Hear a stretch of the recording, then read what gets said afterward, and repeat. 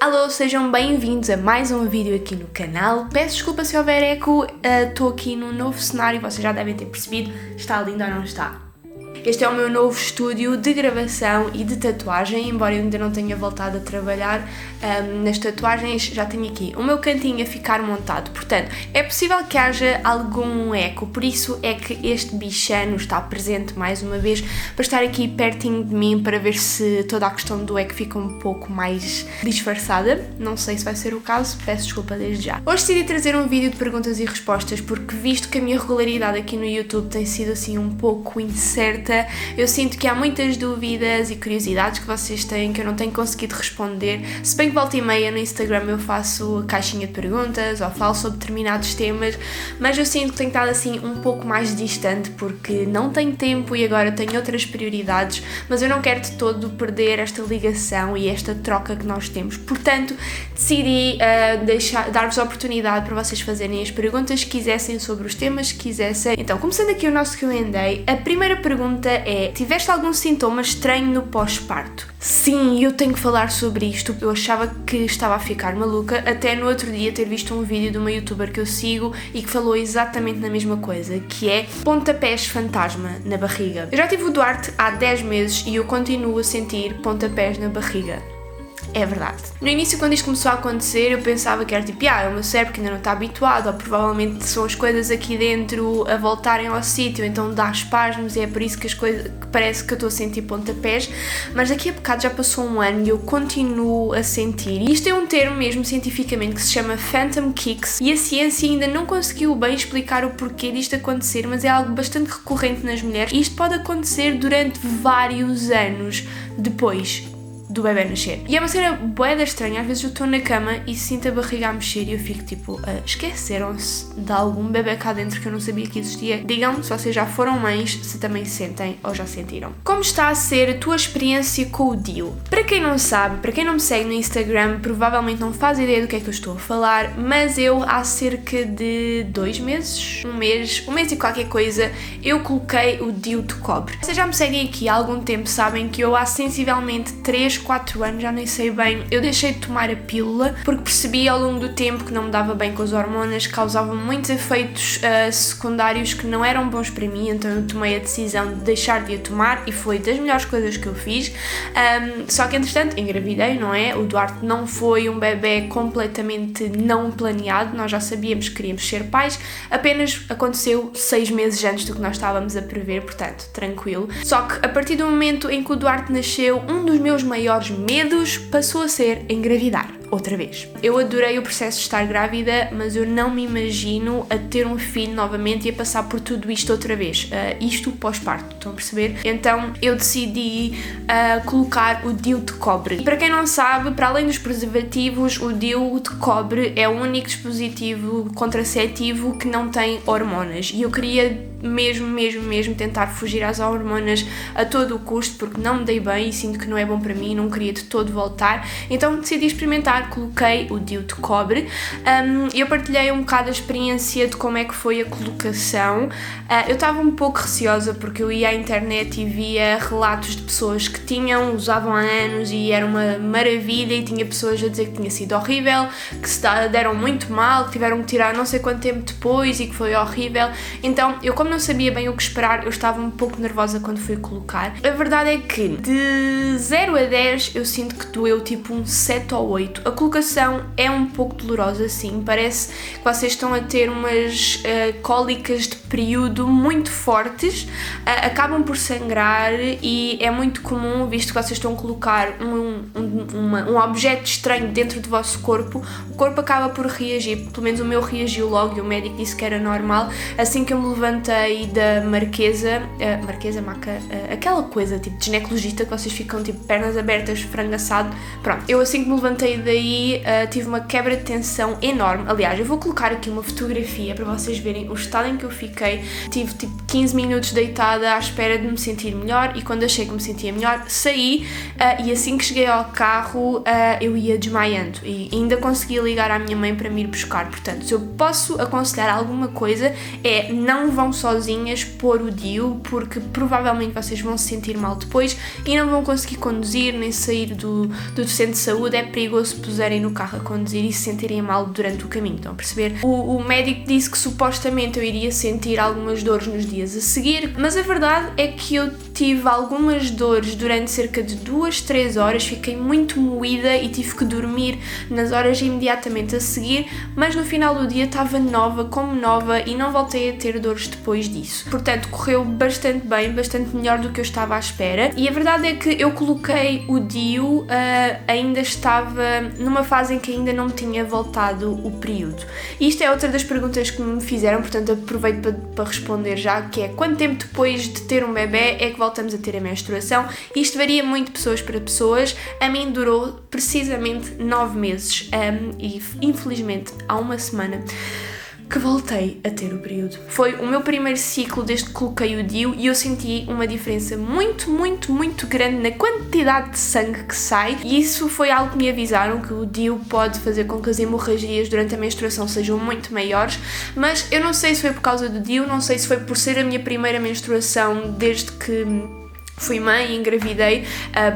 Os primeiros ciclos depois de uma gravidez são sempre um pouco diferentes do normal, portanto eu não sei a que é que se deveu a hemorragia muito forte e eu ter estado mais de uma semana, quase 2 semanas com o período, que é algo que não é normal em mim. Portanto, aqui fica o aviso, tanto pode ter sido do DIU como pode ter sido por ser o meu primeiro ciclo desde que fui mãe. Leste alguma coisa para te preparares para ser mãe? Eu li apenas um livro durante a minha gravidez e nem sequer o li todo. Eu vou pôr aqui a capa do livro. Eu sinto que é um livro muito fixe, bastante fácil de ler, sem grandes fundamentalismos, mas eu confesso que durante a minha gravidez toda, eu só comecei a ler este livro aí 2 meses antes do Duarte nascer, porque até lá eu tinha zero interesse, não estava mesmo para aí virada, como estava tão concentrada em tudo o que estava a acontecer com o meu corpo, eu não queria estar a perder tempo e a focar a minha energia numa coisa que ainda iria acontecer. Claro que há coisas que é bom saber, mas eu sinto que grande parte do que é ser mãe é uma coisa muito intuitiva, instintiva, é uma coisa animal, que vocês quando sabem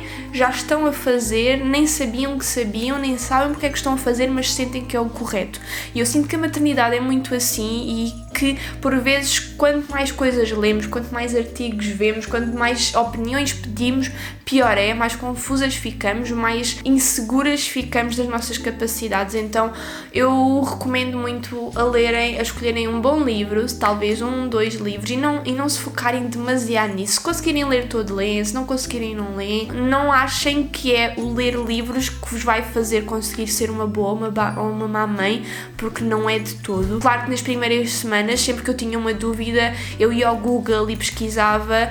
Tinha felizmente 1 ou 2 conhecidas e seguidoras que eram enfermeiras, então acabava por lhes mandar mensagem e pedir ajuda quando tinha algumas dúvidas, mas lá está, essas dúvidas concretas e muito específicas, que acabam por ser as reais dúvidas quando vocês têm um bebê, raramente estão presentes nesses livros. Portanto, eu tenho assim uma opinião um pouco peculiar acerca desses livros de preparação para a maternidade, porque na grande maioria eu sinto que não ajudam assim tanto, mas recomendo muito este livro que vos falei. Pretendes que o Duarte vá para uma creche? Sempre esteve nos nossos planos, sem dúvida alguma, mas nós queremos que isso aconteça a partir do momento em que o Duarte tenha pelo menos 1 ano de idade. Antes disso, eu sinto que não só não vai ser bom para nós, como também para ele. Enfim, felizmente temos os dois a capacidade de ter horários flexíveis, de não ter a obrigação profissional nem financeira de ir trabalhar mesmo.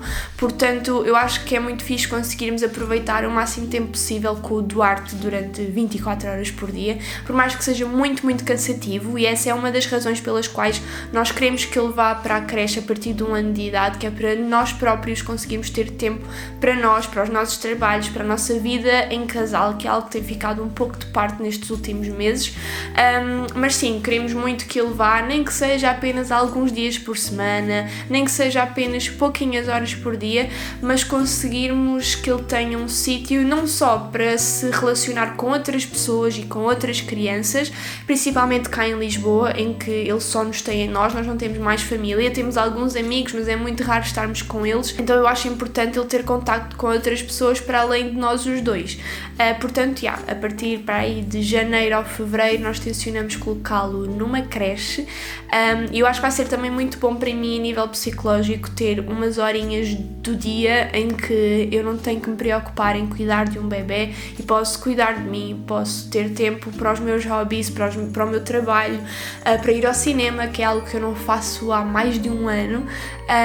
Portanto, está nos nossos planos. Que marsúpio usas com o Duarte? Se há uma coisa que eu posso aconselhar a quem vai ser mãe é façam baby wearing. Não só é prático para vocês, porque podem fazer outras coisas e ter o vosso bebê ao colo, como os bebés adoram e ajuda muito com as cólicas, ajuda muito com as cestas, portanto eu não consigo recomendar o suficiente vocês arranjarem qualquer coisa que vos permita fazer baby wearing. Eu nos primeiros 3-4 meses de vida do Duarte eu usei um sling da ByK e aconselho muito, é muito confortável para o bebê, é bué confortável para a mãe ou para o pai ou para quem o utilizar. E os bebés adoram porque aquilo simula muito a sensação do interior da barriga da mãe, que é o que os bebés querem principalmente nos 3 primeiros meses. Eu tinha um sling de pano elástico, portanto foi muito fixe, eu usei tantas vezes, todos os dias, várias vezes por dia, e o Duarte chegava a fazer cestas de 3-4 horas ali e estava feliz da vida. A partir do momento em que ele fez 4 meses mais ou menos, eu comprei outro que não é um sling, mas sim uma mochila ergonómica, que é da Izara Baby e é o modelo da One. Eu não acho tão confortável nas minhas costas como o sling de pano, mas acabei por comprá-lo porque é muito mais prático, vocês só têm que prender um cinto aqui e outro atrás das costas, aquilo está sempre montado, porque o que me acontecia muito com o sling de pano era, eu tinha grande trabalho a fazer aquelas voltinhas todas, colocava o Duarte e ao fim de 5 minutos ele queria mamar, por exemplo, então eu tinha que o tirar, e uma vez que vocês tiram o bebê já é muito difícil vocês voltarem a colocar sem ter que refazer tudo outra vez. Então era assim a grande desvantagem do sling, na minha opinião, e eu tenho utilizado imenso, principalmente aqui em Lisboa, quando vou para o centro da cidade não dá jeito nenhum levar o carrinho por causa das calçadas e dos passeios e depois não há elevadores nos sítios, é muito chato ter carrinho, então eu sempre que vou passear com o Duarte, mesmo nos centros comerciais, eu coloco na mochila ergonómica, ele está feliz da vida porque está no meu colo, eu continuo com as mãos livres, as costas não sofrem tanto e é sem dúvida um dos maiores essenciais que eu posso aconselhar para um enxoval do bebê, é uma mochila ergonómica e ou um sling de pano. Pensas em ter casa própria ou arrendar para sempre? Ai amigos, isto é um tema na minha vida bastante sensível. Estou a brincar, quer dizer, mais ou menos. O nosso plano, antes de voltarmos agora para Lisboa, era quando voltássemos já vir com uma casa comprada, uma casa própria, mas os bancos não gostam nada de trabalhadores a recibos verdes. Nós podemos ganhar mais do que um médico, principalmente quando eu estou a tatuar, eu ganho bem, não posso dizer que não, mas isso não significa nada para os bancos se vocês não tiverem um contrato de trabalho. E nós estávamos bastante confiantes nesta questão toda de comprar casa, porque nós não só quando eu estou a trabalhar eu tenho um bom rendimento, o Ricardo também tem o rendimento dele do trabalho dele, como nós somos proprietários de casas, nós somos senhorios, ou seja, nós sempre achámos que o facto de ter esses rendimentos certos todos os meses nos ajudaria quando chegasse a altura de pedir um empréstimo, e a verdade é que isso não acontece, porque se vocês não tiverem um contrato de trabalho, os bancos não os emprestam, e eles disseram-nos mesmo na nossa cara, nem que vos faltasse 100 euros, nós não vos emprestávamos por vocês serem trabalhadores a recibos verdes. Portanto, nada feito, tivemos que mudar todo o nosso plano e acabar por arrendar uma casa, que é o que está a acontecer neste momento. Claro, continuamos com o objetivo de um dia conseguir ter o fundo de maneio e as condições necessárias para os bancos nos emprestarem dinheiro para comprar uma casa própria. Eu adorava ter a minha casinha, saber que é minha e que posso fazer o que eu quiser sem pedir autorização a ninguém, mas para já não vai acontecer, não sei quando acontecerá, espero que num futuro relativamente próximo seja possível. Quando pensas em casar? Esta pergunta volta e meia surge porque, para quem não sabe, eu há cerca de 3 anos pedi o Ricardo, o meu namorado, em casamento. Nós estamos noivos há 3 anos, mas a verdade é que ainda não nos casámos por várias questões. A principal é dinheiro. Sentimos que neste momento a nossa última prioridade é gastar dinheiro num casamento. Não que a gente queira fazer uma coisa muito espampanante. Eu gostava de fazer uma festinha relativamente pequena, mas quero que estejam presentes as pessoas mais importantes da minha vida, obviamente. Quero ter um vestidinho, quero, ter assim certas coisitas que custam dinheiro, obviamente, e neste momento há muitas coisas que na lista de prioridades vêm antes, portanto nós não somos mais nem menos por estarmos casados ou sermos só namorados, portanto será uma coisa que irá acontecer eventualmente, mas não sei quando. Não sei se é para o ano, se é daqui a 2, 3, 4, 5, 10 anos, enfim, portanto não esperem um casório em breve porque provavelmente não irá acontecer. Ainda és vegan? Esta pergunta tem surgido muito porque eu, principalmente aqui no YouTube, não tenho partilhado nada ou muito pouco sobre esse tema e no Instagram também não. Eu há uns meses atrás fiz um vídeo a falar especificamente sobre isto, o porquê do meu conteúdo ter mudado tanto, porque para quem me acompanha desde o início sabe que o meu canal começou por ser uma coisa bastante ativista, em que eu fazia vídeos informativos sobre a indústria da carne, porque é que era errado fazer isto e aquilo, e ao longo do tempo eu fui mudando a minha abordagem e hoje em dia eu raramente falo sobre isto, principalmente nesta fase é porque eu tenho tanta coisa para fazer e tantas coisas para organizar que eu não tenho tempo para falar e pesquisar e construir todo um discurso e um guião sobre esse tipo de assuntos, mas a verdade é que também eu sinto que já não me identifico tanto com essa forma de comunicar o veganismo. Eu sinto que estou muito mais flexível nesse assunto, não que eu tenha voltado a comer nada de origem animal, mas eu sei que nem toda a gente tem os mesmos contextos, nem toda a gente tem as mesmas possibilidades, e se eu antes achava que uma pessoa que comesse carne uma vez por semana estava a fazer uma coisa muito horrível, hoje em dia eu já não acho isso, por mais que obviamente eu gostasse que toda a gente virasse vegan, sei que seria uma grande solução para grande parte dos problemas, não todos, mas grande parte. Eu sei que isso não é a realidade para toda a gente, que nem toda a gente muda ao mesmo tempo, que nem toda a gente muda com o mesmo tipo de abordagem. E eu percebi que a abordagem que funcionava melhor era mesmo a do exemplo e não a da imposição. Por isso é que eu comecei a fazer mais vídeos de What I Eat in a Day, mais vídeos de receitas, e eu senti que teve um resultado muito mais satisfatório do que quando eu fazia aqueles vídeos mega ativistas e agressivos, estão a perceber? Agora, a verdade é que eu não tenho tempo neste momento para ativismos e por mais que continue a ser uma coisa muito importante na minha vida, o veganismo e a sustentabilidade, eu tento passá-la assim de uma forma um pouco mais subtil, através de, sei lá, às vezes mostro compras que faço em segunda mão, ou mostro opções vegan do supermercado que eu comprei. Já não faço What I Eat in a Day e receitas há muito tempo porque não tenho esse tempo, mas tento fazer isso de forma mais subtil, e por isso é que muita gente começou a ter as dúvidas de se eu ainda era vegan ou não, e sim, ainda sou vegan, não como nada de origem animal, mas já não ando com a bandeirola do veganismo a abanar a toda a hora. É essa a única diferença. Qual foi a pior parte de estar grávida? A pior parte de estar grávida, no meu caso, que tive uma gravidez maravilhosa, sem praticamente desconfortos nenhuns, foi mesmo toda a questão da pandemia, de ter vivido grande parte daquelas experiências que seriam mágicas na gravidez sozinha. A primeira ecografia, a primeira vez que ouvi o batimento do Duarte na minha barriga, todas essas experiências que deveriam ter sido super mágicas, foram mágicas à sua maneira, mas faltava sempre lá um elemento, que era o Ricardo. Então eu sentia sempre que não conseguia viver tudo em pleno porque gostava que o Ricardo estivesse ao meu lado e não estava.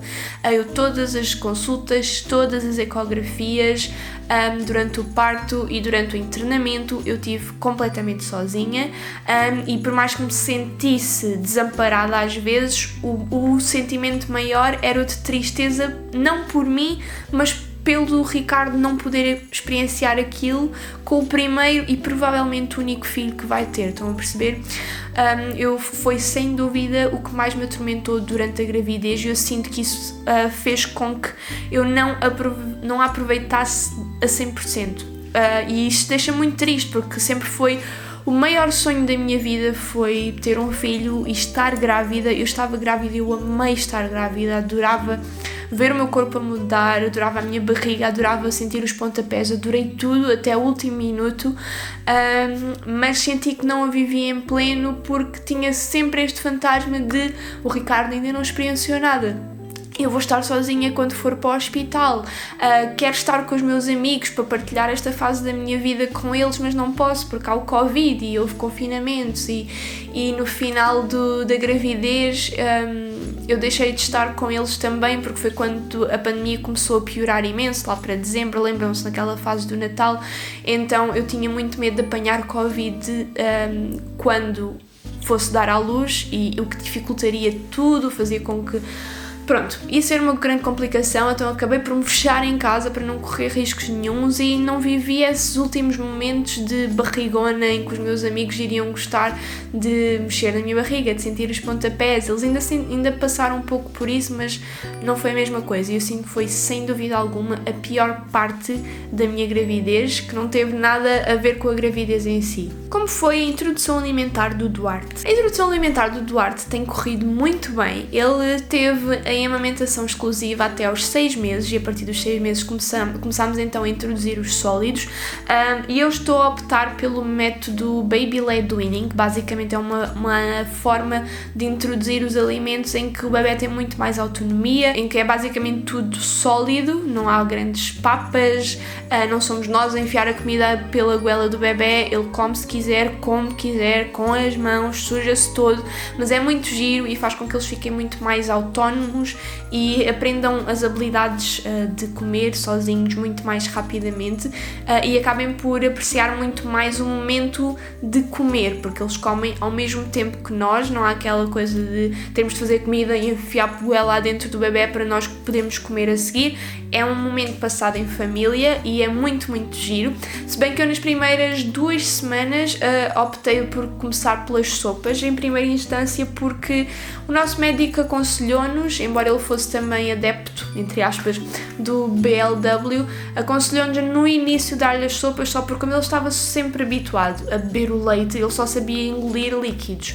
Então que começar logo com uma coisa sólida podia ser um pouco confuso para ele. E isso fez-me sentido, então nas primeiras vezes eu acabei por lhe oferecer sopas e coisas assim, mas punha sempre, por exemplo, um bocadinho de brócolos cozidos ao lado para ele ir experimentando, e no início a única coisa que ele fazia era esmagar assim com as mãos e não levava à boca, mas aos poucos ele foi experimentando, aos poucos eu fui tirando as sopas e pondo cada vez mais alimentos assim cozinhados inteiros, com a forma e a cozedura certa para ser seguro para o bebê, e ele adora comer, é mesmo das minhas partes favoritas do dia, é sempre que eu posso vê-lo a comer e ele come connosco, é muito, muito giro, tem corrido muito bem. Ele ainda não se engasgou uma única vez e já estamos nisto há praticamente 4 meses. Começou a comer sozinho com colher com 8 meses, a única coisa que eu tenho que fazer é encher a colher, mas ele pega na colher, leva à boca. É muito giro ver o quanto ele gosta de comer e o quanto ele já tem destreza para pegar nas coisas.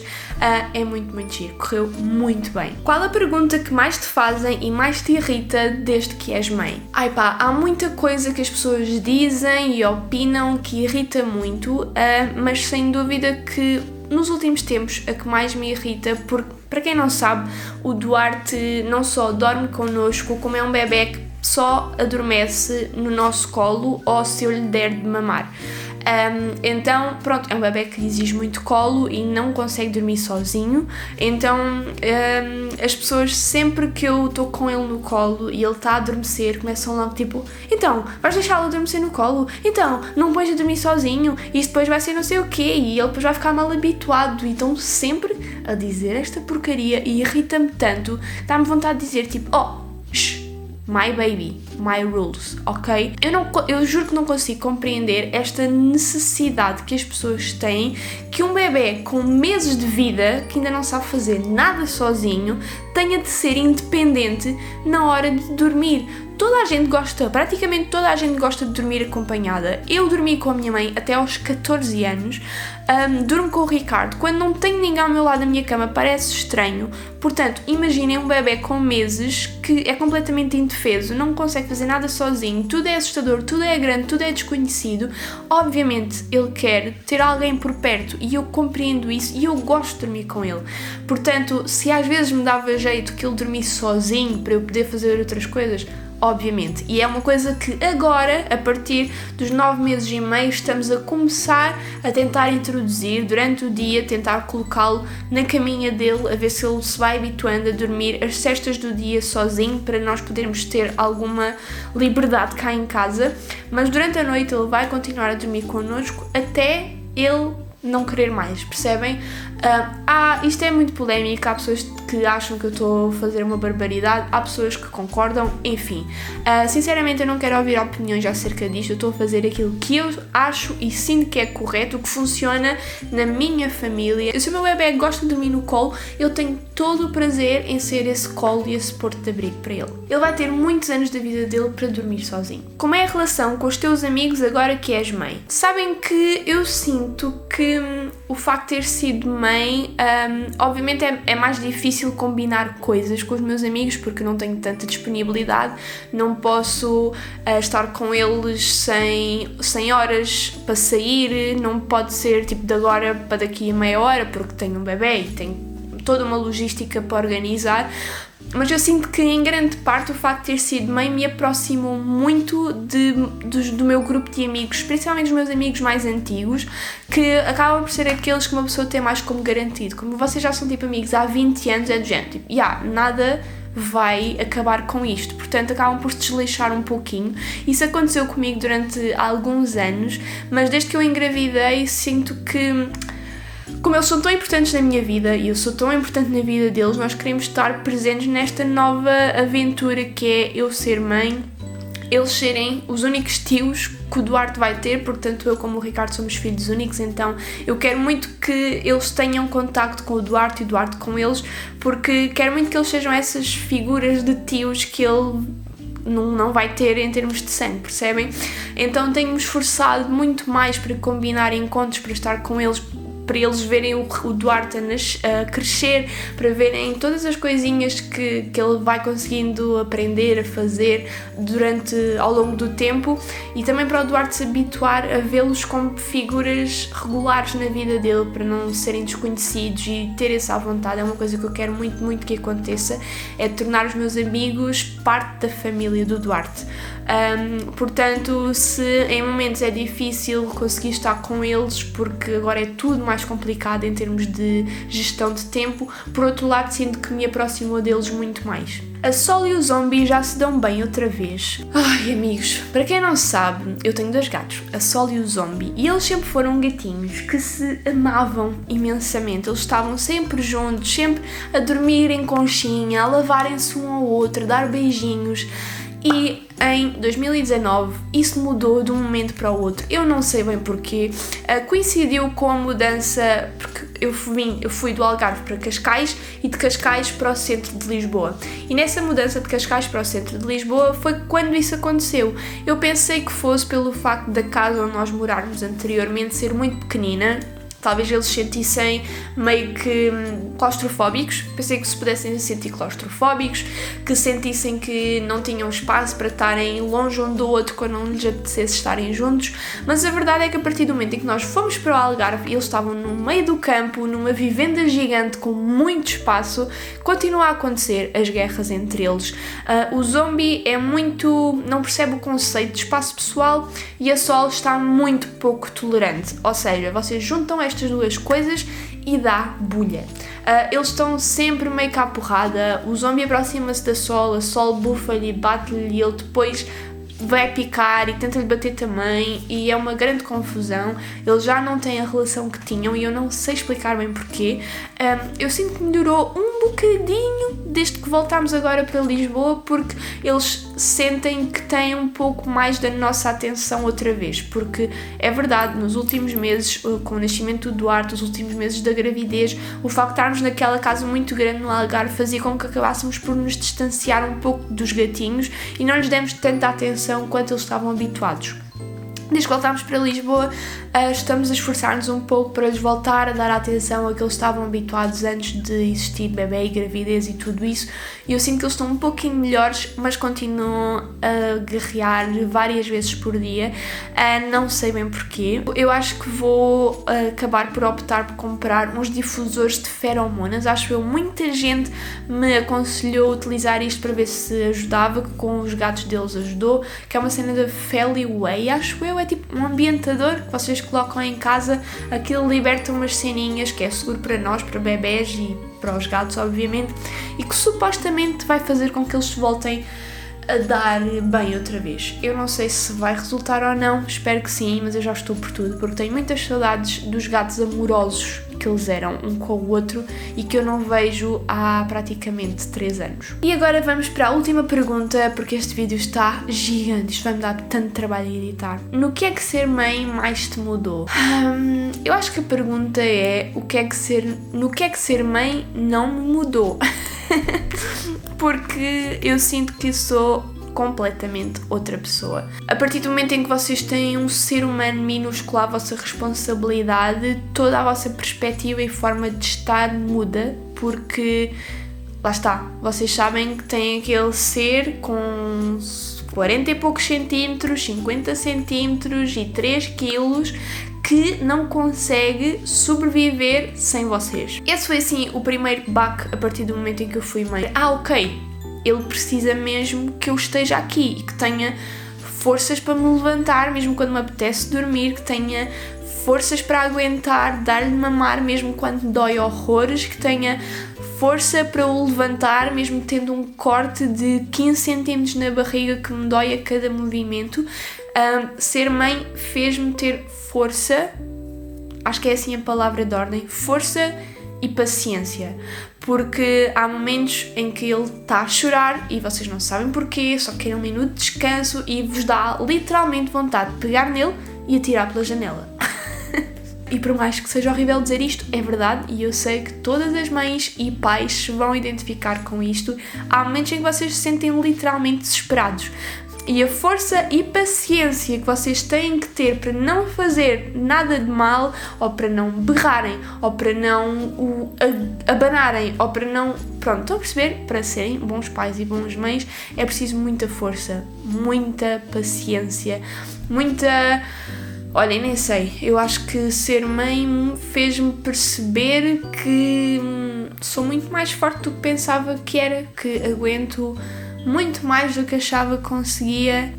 E pronto, olhem, não tenho assim, já acabaram as perguntas, não tenho grande coisa mais a acrescentar, eu sinto que dei respostas gigantes a todas as perguntas, eu peço imensa desculpa, mas espero que tenham gostado de qualquer forma e, olhem, deixem-me aí em baixo o que é que vocês acharam sobre o vídeo e vemo-nos no próximo. Um grande beijinho.